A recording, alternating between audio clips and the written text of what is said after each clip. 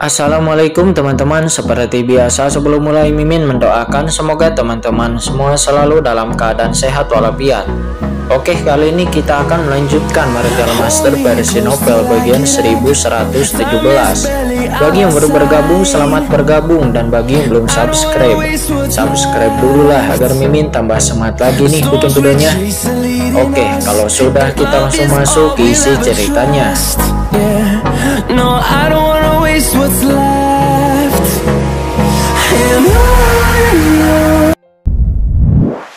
Benar-benar langsung menyerang ke jiwanya. Pria berbaju hitam itu segera menyadari pantas saja anak ini mampu melukai dengan parah Yang Mulia Bumi Yin Hai dengan satu gerakan. Dan juga anak ini telah memenangkan dua buah kekacauan sebelumnya. Dan ternyata kekuatannya memang luar biasa.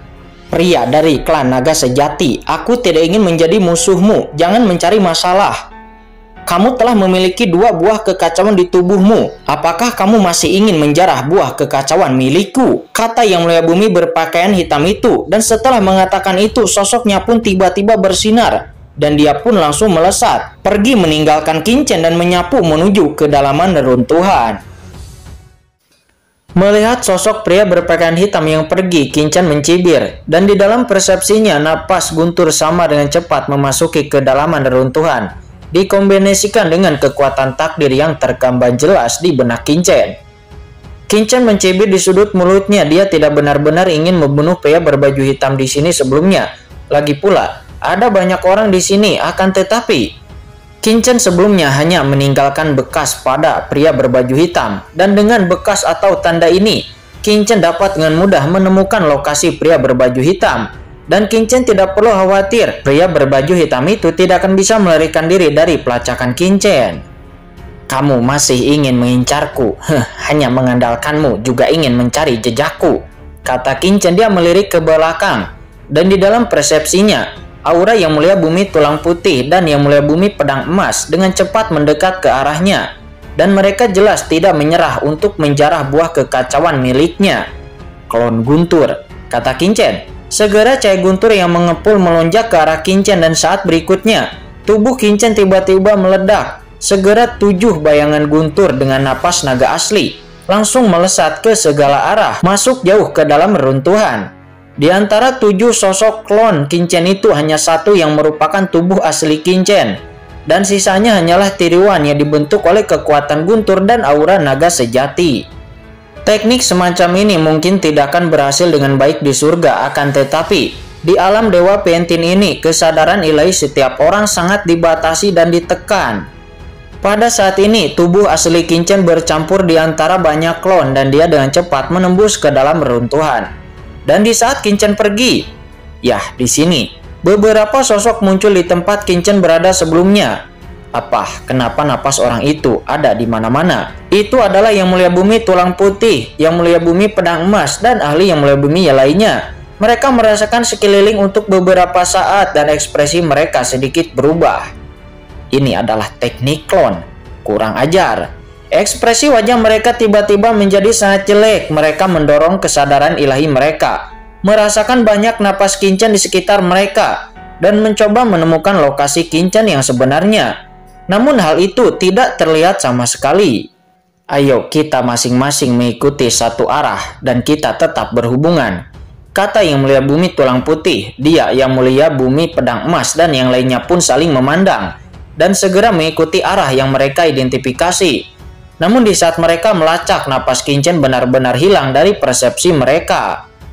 Dan ketika Qin-Chen dan yang lainnya pergi jauh ke dalam reruntuhan, penglihatan mengerikan yang disebabkan oleh reruntuhan, seperti yang diharapkan oleh Qin-Chen, itu langsung menarik perhatian banyak ahli kuat yang berada jauh di seluruh alam Dewa Pentin. Itu adalah di area tertentu yang jauh di dalam alam Dewa Pentin, nampak seorang pria kuat yang membuka matanya. Di tubuhnya aura yang merembes menampakkan sosoknya. Dan dia membuka matanya seolah-olah ada ribuan bintang di matanya. Tuan Wan Yi, ada apa? Di samping pria berjubah bintang yang bernama Wan Yi ini nampak ada banyak master lainnya. Dan mereka semua juga membuka matanya. Banyak dari mereka yang dipenuhi dengan kekuatan bintang. Dan mereka semua adalah talenta dan master dari umat manusia. Seharusnya ada harta karun tertinggi di alam Dewa Piantin ini. Di dalam pupil mata orang itu, bintang-bintang tak berujung berputar, seolah-olah melihat segala sesuatu di dunia ini. Kekuatannya bergulir di ranah Yang Mulia Bumi, dan penindasan terhadap ahli Yang Mulia Bumi lainnya mengalami kesulitan bernapas. Dan ternyata dia adalah ahli di ranah puncak Yang Mulia Bumi. Di alam harta karun Dewa Piantin ini, ahli Yang Mulia Bumi surgawi tidak dapat masuk sama sekali. Dan puncak ahli Yang Mulia Bumi itu sudah menjadi kekuatan tertinggi yang bisa masuk ke alam Dewa Piantin ini. Dan mereka di sini untuk mencari peluang untuk menerobos ranah Tianjun. Secara umum, hanya kekuatan tertinggi yang berhak mengirim ahli puncak ke alam Dewa Piantin ini, karena jumlah tempat di alam Dewa Piantin itu diperas oleh ahli puncak lainnya yang setara dengan beberapa puncak ahli Yang Mulia Bumi lainnya. Kalian ikuti aku, sedangkan kalian yang hanya ahli Yang Mulia Pana tetap di sini dan berlatih di sini. Tanah harta karun alam Dewa Piantin ini pasti berbahaya. Ini bukanlah sesuatu yang bisa Anda masuki dengan gegapah. Dan begitu Anda masuk, Anda pasti akan mati. Ketika suaranya jatuh, segera beberapa orang mengikuti orang ini dan segera pergi dari sana. Sementara ahli dengan ranah yang lebih rendah masih tetap di sini dan hanya meningkatkan kekuatannya dan terus berkultivasi. Pergi. Sosok para ahli Yang Mulia Bumi itu pun langsung melesat. Dan mereka pun langsung pergi dari sini. Dan tentu saja para master ini adalah master dari Istana Dewa Bintang. Dan ahli yang bernama Yang Mulia Bumi Wanyi itu adalah pemimpin dari tim Istana Dewa Bintang ini. Adegan seperti ini tidak hanya terjadi pada tim Istana Dewa Bintang, tetapi itu terjadi hampir di seluruh tempat alam Dewa Piantin. Ada orang-orang yang kuat, yang tidak terhitung banyaknya. Mereka semua juga merasakan aura mengerikan di sini. Boom, boom. Ras Teran, ras iblis, ras monster, ras manusia, ras laut, ras bintang, ras jeg. Ras-ras top yang tak terhitung jumlahnya. Para master top yang telah datang ke alam Dewa Piantin, semuanya terkejut dan dikirim satu demi satu ke lokasi reruntuhan bawah tanah tempat Qingchen berada. Pada saat yang sama di tempat inti yang kacau jauh di dalam tempat persembunyian alam Dewa Piantin, sosok tubuh berkabut dan anggun tergantung di sini. Nampak dia melahap kekuatan antara langit dan bumi. Akan tetapi pada saat ini tiba-tiba dia membuka matanya dan menatap reruntuhan di kejauhan. Reruntuhan, suasana kuno. Apakah itu tempat tersembunyi di alam Dewa Piantin yang guru katakan kepadaku sebelum aku masuk? Kata orang itu, dia bergumam. Pada saat ini, sumber dari cara magis yang tak ada habisnya muncul dan sosok anggun itu pun segera melesat dan menghilang dari sini. Kembali kepada Qingchen, saat ini Qingchen secara alami tidak tahu tentang orang-orang yang sedang bergegas ke reruntuhan bawah tanah ini. Dan fenomena-fenomena reruntuhan ini telah membuat khawatir para pemimpin tertinggi yang telah memasuki seluruh alam Dewa Piantin. Dan pada saat ini Qingchen terus masuk lebih dalam ke reruntuhan bawah tanah ini. Di saat Qingchen semakin memperdalam, pemandangan di depannya pun juga mengejutkannya. Di bawah tanah ada reruntuhan yang sangat besar. Banyak istana dan reruntuhan terkubur di sini, seperti kuburan prasejarah dan seperti runtuhnya kerajaan prasejarah yang besar. Selain itu, bangunan dan pemakaman di sini sama sekali tidak seperti yang mereka miliki di era ini, tetapi itu sangat kuno, dengan banyak rune yang bahkan tidak dapat dikenali oleh Qingchen. Ini seharusnya bukan produk zaman ini, tetapi reruntuhan zaman yang sangat kuno, kata Qingchen. Alam Dewa Piantin memiliki sejarah yang panjang. Itu berawal dari perkembangan langit dan bumi, dan itu telah mengalami masa yang panjang. Oleh karena itu, Qingchen tidak tahu ada di era apa reruntuhan ini. Dan meskipun Qingchen tidak tahu berapa umur peninggalan ini, kekuatan kuno dan sangat kuat yang dapat membangun istana megah seperti itu di sini, itu pastilah merupakan kekuatan yang sangat kuat. Akan tetapi sekarang itu telah menghilang. Namun, kenapa ada kekuatan yang menggemakkan aura naga sejati di tubuhku? Mungkinkah tempat di sini ada hubungannya dengan keluarga naga sejati? Kata Qingchen. Dia pun segera menutup matanya dan lalu membuat segel dengan kedua tangannya. Dan Qingchen segera memacu kekuatan takir dan lalu menyebarkan kesadaran ilahinya untuk memahami lingkungan di sekitarnya. Dan setelah hanya beberapa napas, Qingchen membuka matanya dan lalu berkata dengan suara yang dalam, Memang ada napas di sini yang beresonansi dengan kekuatan naga sejati di tubuhku. Tetapi ini sangat halus dan sangat sulit untuk ditangkap. Biarkan aku mencoba lagi, kata Qinchen. Segera sisik naga sejati muncul di sekujur tubuh Qinchen.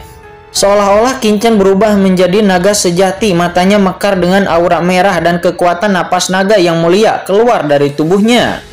Mata Qinchen segera menunjukkan pupil mata yang aneh dan teknik telarang jiwa surgawi juga beroperasi dan dia melihat sekeliling. Berbagai pemandangan terus-menerus muncul di pupil mata berwarna darah Qinchen. Itu menyaring apa yang Qinchen lihat satu persatu. Berbagai energi mulai menunjukkan warna berbeda pada mata Qinchen. Di antara mereka ada kekosongan emas seperti awan asap yang perlahan tertinggal di dunia ini. Dan kekuatan yang menggema pada diri Qinchen adalah kekuatan tak kasat mata ini. Sumber kekuatan ini. Mata Qinchen tiba-tiba menyusut dan keadaan naga sejati langsung ditarik kembali. Dan kekuatan emas yang disaring dari matanya langsung menghilang tanpa terlihat. Qinchen segera merasakan bahwa tidak ada orang di sekitarnya. Dan Qinchen berubah menjadi tubuh manusia lagi dan kekuatan ini segera menghilang. Seluruh ruang diselimuti oleh kekuatan ini dan aura naga sejati adalah daya tarik dari kekuatan ini. Hanya Qinchen lah yang dapat merasakan kekuatan ini, tetapi itu juga ketika Qinchen berubah menjadi naga sejati. Ini, kekuatan emas itu sangat dahsyat. Tidak peduli apa itu. Selama aku bisa memurnikan dan menyerapnya, itu pasti akan meningkatkan tubuh naga sejatiku, kata Qinchen. Dia pun segera menemukan tempat rahasia. Dia duduk bersila dan mulai menyerap kekuatan misterius antara langit dan bumi. Qinchen juga sedikit mendorong kekuatan naga sejati di tubuhnya. Dan tiba-tiba, kekuatan misterius emas ini, seperti bintang, itu secara bertahap memasuki tubuh Qinchen. Segera Qinchen pun langsung mengeluarkan kekuatan naga sejati yang kuat. Dan ini benar-benar berhasil. Dalam kehampaan, kekuatan kekosongan emas samar-samar mengalir ke tubuh Qinchen dan menyebabkan aura naga sejati di tubuh Qinchen langsung menjadi semakin padat. Kekuatan emas ini, apakah itu kekuatan dari klan naga sejati kuno? Kalau tidak, mengapa itu bisa meningkatkan kekuatan naga sejati di tubuhku? Kata Qinchen. Dia terkejut karena dia telah mencoba menyerap kekuatan emas ini dengan kekuatan lain, akan tetapi tidak berhasil. Kekuatan emas ini hanya bereaksi terhadap kekuatan naga sejati di tubuhnya. Dan itu terus-menerus menumbuhkan aura naga sejati. Dan itu tidak tertarik dengan kekuatan lain. Kemudian sedikit kekuatan emas memasuki tubuh. Meskipun itu sangat halus, namun auman naga asli tiba-tiba muncul di tubuh Qinchen. Samar-samar Qinchen tampak melihat naga raksasa terbang di langit. Dan naga ini adalah dirinya sendiri. Jejak kekuatan emas memasuki tubuh Qinchen. Dan kekuatan naga sejati di tubuh Qinchen perlahan meningkat. Dan sisik naga di tubuhnya pun menjadi semakin nyata. Seolah-olah dia telah menjadi sisik naga sejati. Bahkan pada saat ini, pikiran Qinchen kosong dan dia tiba-tiba melupakan jati dirinya sendiri. Pada saat ini, seolah-olah dia adalah naga sejati. Kegembiraan, kebahagiaan, kemarahan, raungan kegilaan, menjelajahi alam semesta sendirian, bertarung dengan musuh, pertempuran berdarah, dalam kehampaan tanpa akhir. Pertempuran berlanjut satu persatu di antara galaksi. Qinchen secara bertahap menutup matanya, bersila dan tidak bergerak. Semuanya salah, namun naga sejati itu nyata. Lama sekali, ini sangat lama sekali. Bertahun-tahun telah berlalu sejak Qinchen berubah menjadi naga sejati. Dalam kesadaran Qinchen, 1 tahun, 10 tahun, dan bahkan 100 tahun pun telah berlalu. Dalam kesadaran Qinchen sendiri, dia percaya bahwa dia adalah naga sejati, hidup dan lewat selama bertahun-tahun tanpa akhir ini, dalam pertempuran dan saya tidak tahu berapa lama. Boom, Qinchen tiba-tiba membuka matanya dan seluruh tubuhnya tiba-tiba bersemangat. Apakah ini impian naga sejati? Kata Qinchen. Dia berkata dengan kaget. Saat ini seluruh tubuhnya tegak. Dia membuka matanya dan dia tidak tahu apakah dia adalah Qinchen atau naga sejati dalam keadaan linglung. Akan tetapi dia segera bangun sepenuhnya. Dan kemudian keinginan Qinchen sangat kuat. Dan jiwa manusia membuatnya langsung sadar. Dan Qinchen langsung pulih dari ilusinya sebelumnya. Naga sejati ini sangat kuat, kata Qinchen. Dia terkejut. Kekuatan emas kecil ini bisa mengubahnya menjadi naga sejati dalam sekejap. Dan tenggelam di dalam perasaannya. Metode ini terlalu ampuh. Jika bukan karena jiwa Qingchen yang sangat kuat, dia bahkan mungkin tidak akan bisa bangun dari mimpinya. Dan dia akan benar-benar menganggap dirinya sebagai klan naga sejati. Naga dan manusia berada dalam kondisi keberadaan yang sangat berbeda. Dan mereka juga mewakili dua jenis objek. Qingchen menundukkan kepalanya dan melihat tangannya. Saat ini kedua tangannya nampak dipenuhi dengan cakar yang tajam. Tiba-tiba Qingchen pun segera mengayunkan cakarnya. Kemudian samar-samar seperti ada naga asli yang muncul dari tubuh Qingchen. Seketika kekosongan pun bergetar di bawah cakar Qingchen, dan di bawah cakar Qingchen itu ada ilusi mengerikan sepertinya bisa menghancurkan dunia. Sangat kuat. Apakah ini serangan naga sejati yang sebenarnya? Kata Qingchen. Dia cukup terkejut. Persepsi dunia kesadaran selama lebih dari 100 tahun membuatnya benar-benar berpikir bahwa dia adalah naga sejati. Hanya dengan satu cakar saja, kekuatannya meningkat lebih dari beberapa kali lipat. Di masa lalu, meskipun Qingchen menggunakan tubuh naga sejati untuk menyamarkan identitasnya, tetapi itu hanyalah menggunakan kekuatan magis makanan mendalam dari aturan. Namun sekarang dalam proses inkarnasi naga sejati selama ratusan tahun, Qingchen benar-benar memahami seperti apa seharusnya naga sejati itu. Di dalam tubuh naga sejati yang perkasa melonjak, Qingchen benar-benar berubah menjadi klan naga sejati pada saat ini. Apa sebenarnya kekuatan emas sebelumnya? Kata Qingchen. Dia kembali sadar. Dia terkejut. Kekuatan yang mulia di tubuhnya hanya sedikit meningkat. Akan tetapi apakah itu tubuh naga atau kekuatan naga sejati? Ada peningkatan yang luar biasa. Namun sangat disayangkan kekuatan emas itu telah diserap olehnya. Dan dia tidak dapat merasakannya lagi. Seharusnya masih ada kekuatan emas di kedalaman reruntuhan bawah tanah yang hancur ini, kata Qingchen, karena dia masih menyadari bahwa masih ada daya tarik yang kuat padanya. Di seluruh reruntuhan ini seharusnya ada banyak orang kuat. Aku harus hati-hati terlebih dahulu, tetapi sebelum itu, aku harus membunuh orang itu terlebih dahulu, kata Qingchen. Cahaya dingin keluar dari matanya dan saat berikutnya, sosoknya pun bergetar dan dia pun segera menghilang dari sana. Saat ini di antara reruntuhan yang tak ada habisnya, Qingchen terbang dengan sangat cepat dan di tubuhnya kekuatan takdir sedang beroperasi dan dia terus-menerus menghitung lokasi pria berbaju hitam itu. Qingchen mencibir di sudut mulutnya, matanya dingin, dan pria berbaju hitam itu sebelumnya mengejarnya dan ingin membunuhnya. Dan saat ini seiring dengan kekuatan Qingchen untuk memacu kekuatan takdirnya, napas yang mulia bumi pria berpakaian hitam itu pun telah muncul di benak Qingchen. Orang ini dia sangat cepat, dia telah melangkah sejauh ini, kata Qingchen. Dia pun terus memperdalam dan dengan cepat mendekati tempat di mana pria berbaju hitam itu berada. Ya, dia berhenti di sini. Di saat Qingchen hendak mendekati tempat pria berpakaian hitam itu berada, namun Qingchen merasa pria berpakaian hitam itu sedang ada dengan seseorang. Dan boom, segera setelah itu, suara gemuruh terdengar diikuti dengan sebuah raungan kemarahan. Mengapa kamu menungguku untuk menembakku? Sebuah suara terdengar dan suara itu terdengar sangat akrab di telinga Qingchen. Dan ternyata suara itu adalah suara Molly. Bukankah ini suatu kebetulan? Kata Qingchen. Sosoknya pun bergetar dan Qingchen diam-diam jatuh di balik batu. Dan Qingchen pun menyembunyikan sosoknya. Dan lalu Qingchen melihat ada pria berbaju hitam di depan Molly. Dan nampak Molly memandang pria berbaju hitam itu dengan sangat marah. Serahkan buah kekacauan itu dan selamatkan hidupmu, kata pria berbaju hitam itu kepada Molly. Buah kekacauan itu sudah aku ambil. Kamu menginginkannya, itu tidak mungkin, kata Molly. Kurang ajar, kata pria berbaju hitam itu selaya melirik formasi rahasia di belakang Molly. Dan wajahnya sedikit berubah. Pria berbaju hitam itu mendengus dan segera cahaya pelangi hitam yang mengerikan keluar dari tubuhnya. Dan cahaya pelangi hitam itu melonjak dalam sekejap, ingin menghantam formasi. Akan tetapi Molly tidak membiarkannya, dia pun segera melancarkan sebuah pukulan. Cahaya sihir meledak ke langit, dan segera itu meledakkan cahaya pelangi hitam yang dilepaskan oleh pria berbaju hitam. Molly dapat memblokirnya, akan tetapi tubuhnya pun dipukul mundur sebelum pada akhirnya Molly bisa menstabilkan sosoknya lagi. Oke, pria berbaju hitam itu sedikit merubah ekspresinya. Dan dengan satu pukulan sebelumnya, dia tidak bisa meledakkan bocah itu. Tanpa diduga, kekuatanmu meningkat pesat, kata pria berbaju hitam itu. Dia menyipitkan matanya kepada Molly. Kamu kenal saya, kata Molly, matanya tenggelam. Hahaha, jangan berpura-pura. Tidakkah kamu berani mengatakan bahwa kamu tidak mengenalku? Mengatakan ini, pria berbaju hitam itu tertawa. Berpura-puralah di depan kursi ini. Apakah menurutmu kamu bisa menipu kursi ini? Kata pria berbaju hitam.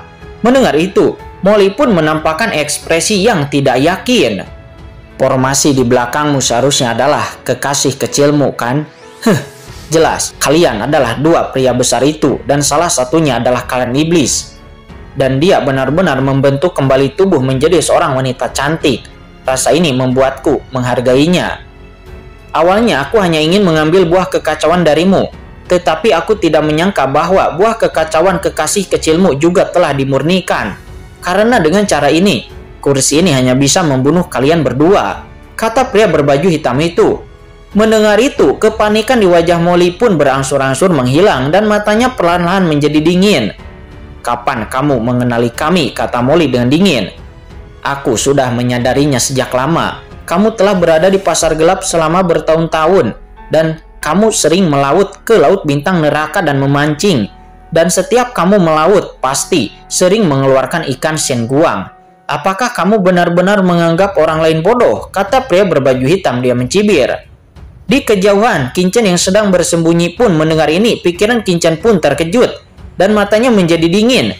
Pria berbaju hitam ini benar-benar berasal dari pasar gelap. Tampaknya ketika dia mengejar dan ingin membunuh Kincen waktu itu, dia juga fokus kepada ikan senguang di tubuh Kincen. Akan tetapi bagaimana orang ini bisa tahu bahwa dia memiliki begitu banyak ikan senguang?